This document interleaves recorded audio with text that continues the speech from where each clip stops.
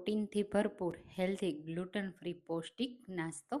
Hello friends, હું છું શીતલ. તમારું સ્વાગત છે મારા કિચનમાં. આજે આપણે બનાવીશું જુવારનો લોટ અને ચણા અને મગની દાળ સાથેનો એકદમ હેલ્ધી માત્ર 1 ચમચી તેલમાં બની જતો નાસ્તો. તો બધા ખાઈ શકે નાસ્તામાં, બાળકોના લંચ બોક્સમાં, અને એકદમ હેલ્ધી, પચવામાં હળવો છે, સાથે પ્રોટીન, વિટામિન અને પોષક તત્વો પણ મળશે ભરપૂર. તો ચાલો બનાવીએ. એના માટે આપણે 1 વાટકી પાણી એડ કરીશું અને અહીંયા આપણે એમાં સ્વાદ પ્રમાણે મીઠું એડ કરી દઈશું.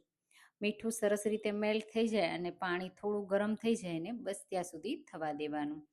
તો અહીંયા તમે જુઓ, આ રીતે પાણી ગરમ થઈ જાય ને એટલે એમાં એડ કરીશું 1 વાટકી જુવારનો લોટ. તમે એની જગ્યાએ રવો પણ લઈ શકો છો, ઘઉંનો લોટ પણ લઈ શકો છો, ગ્લુટન ફ્રી લોટ ગમે તે પણ લઈ શકો છો.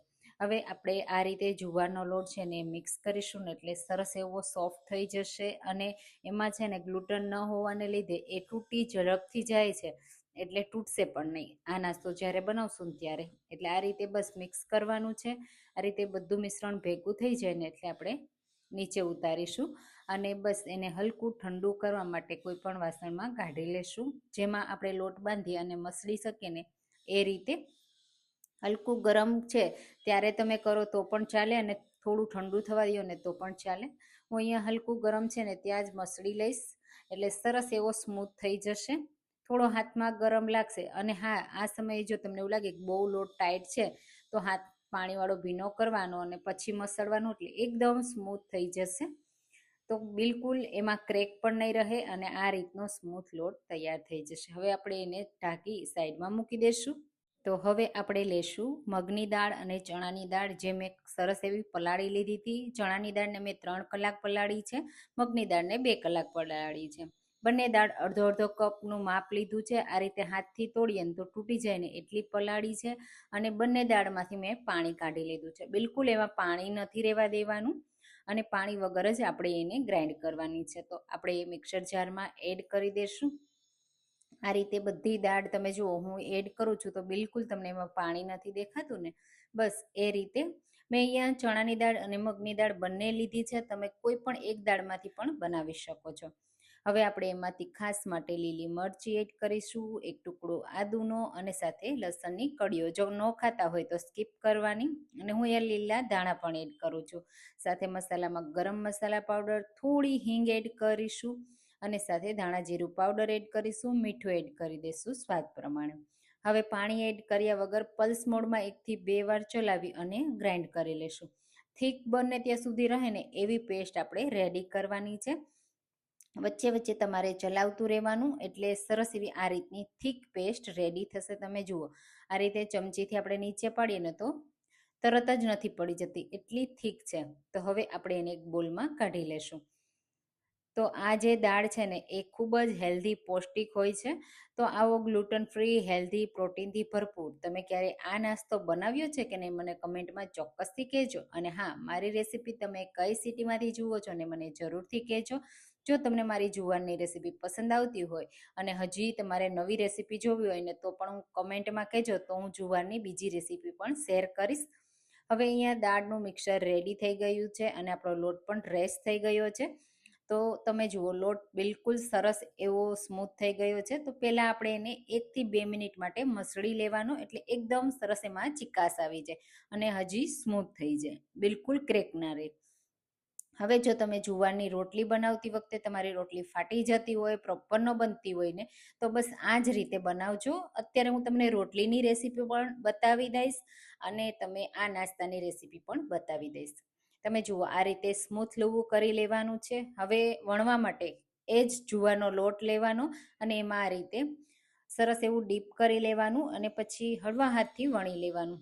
જ્યારે તમે વણો ને ત્યારે કોરની સાઈડ, એટલે કે પાછળની સાઈડ આ રીતે વણતું જવાનું છે. અને જો જરૂર લાગે તો આ રીતે કોરો લોટ ડસ્ટ કરતો જવાનું, અને એકદમ પતલી પાપડ જેવી રોટલી તૈયાર થઈ જશે. છે ને, બિલકુલ ફાટી પણ નથી. આ રોટલીને શેકીને તમે રોજિંદા જીવનમાં યુઝ કરી શકો છો. પણ આજે આપણે નાસ્તો બનાવીએ છીએ એટલે એક સરખો શેપ આપવા માટે હું અહીંયા ગ્લાસનો યુઝ કરું છું. આ રીતે ગ્લાસને રાખી દેશું, કટ લગાવી દેશું, એટલે એક સરખો શેપ થશે. અને આ રીતની મોટી રોટલી કરવાની એટલે એક સાથે 4 બનીને રેડી થઈ જશે. તો અહીંયા કટ કરવામાં એક તો મારું ખરાબ થઈ ગયું એટલે 3માંથી આપણે એ યુઝ કરીશું. અને જે એક્સ્ટ્રા લોટ નીકળશે ને એને આપણે બીજી વાર માટે યુઝ કરી લેશું, કારણ કે આ લોટ છે ને તમે ગમે એટલી વાર મિક્સ કરીશો અને પાછા વણશો ને એટલે વણાઈ જશે, કઠણ પણ નહીં થાય, એકદમ એવો ને એવો રહેશે.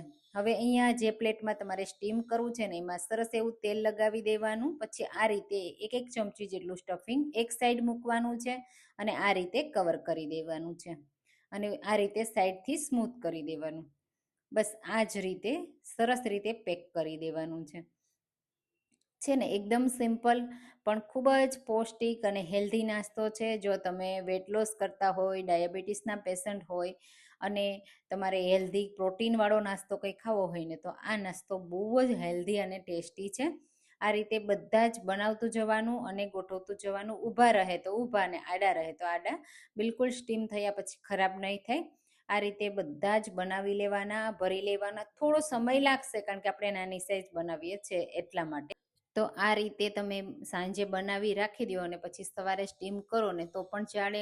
બાળકોના લંચ બોક્સ માટે એકદમ પૌષ્ટિક અને હેલ્ધી નાસ્તો તમે આપી શકો. આ રીતે પ્રિપેરેશન જો થઈ જાય ને પછી તમારે ફ્રીજમાં રાખી દેવાનું ડબ્બામાં ભરીને અને પછી સવારે તમારે સ્ટીમ કરી વઘાર કરી અને બાળકોને આપવાનું. સવારના નાસ્તા માટે પણ તમે ખાઈ શકો, સાંજ માટે, અને તમે આ નાસ્તાને બનાવી અને એન્જોય કરી શકો છો. આ રીતે બધા મેં બનાવી લીધા.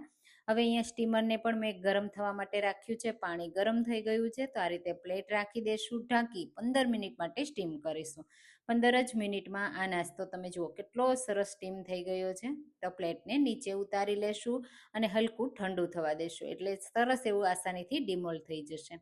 તમે જુઓ ઠંડુ કરી લીધું છે. હવે અહીંયા તમને હું બતાવી દઉં, બિલકુલ ચોટ્યું નથી. તમે જુઓ એકદમ આસાનીથી ડિમોલ્ડ થઈ જશે. હવે ગરમ ગરમ તમે આ નાસ્તાને ચા સાથે, ચટણી સાથે આમ જ સર્વ કરી શકો જો તમારે તેલ વગરનું ખાવું હોય ને તો.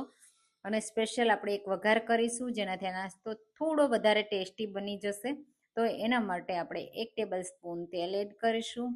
તેલ થોડું ગરમ થાય એટલે એમાં એડ કરીશું જીરું, સાથે તીખાસ માટે લીલી મરચી અને સફેદ તલ જો તમને પસંદ હોય તો એડ કરવાના. મીઠો લીમડો એડ કરીશું. વઘાર તમારી ચોઈસ પ્રમાણે કોઈ પણ તમે કરી શકો છો. હવે આ નાસ્તાને એડ કરી દેશું. અને હા, જો આ નાસ્તાને તમારે થોડો પણ ક્રિસ્પી કરવો હોય ને તો તમારે મોટું પેન લેવાનું અને તમારે એને થોડી વાર માટે બે સાઈડથી ક્રિસ્પી કરી લેવાનું અને બહુ જ સરસ એવું લાગશે. તમે જે રીતે સર્વ કરશો ને એ રીતે તમને લાગશે અને સાથે એકદમ હેલ્ધી અને કમ્ફર્ટ ફૂડ કહી શકાય એવો આ નાસ્તો છે. ઉપરથી લીલા ધાણા એડ કરી દેશું અને ગરમા ગરમ ચટણી સાથે સર્વ કરીશું. તો મેં લાલ મરચું પાવડર પણ થોડું સ્પ્રિંકલ કર્યું છે.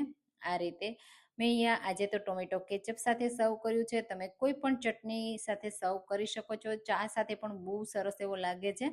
તો આવો પૌષ્ટિક અને હેલ્ધી નાસ્તો જો તમે ટ્રાય ન કર્યો હોય તો આ રેસીપી ટ્રાય કરજો. મને કમેન્ટમાં ચોક્કસથી કહેજો કે આ રેસીપી કેવી લાગી. જો રેસીપી પસંદ આવી હોય તો લાઈક કરવાનું ભૂલતા નહીં. મારી ચેનલને સબસ્ક્રાઈબ કરજો જેથી નવી રેસીપી દરરોજ મળે. Thank you.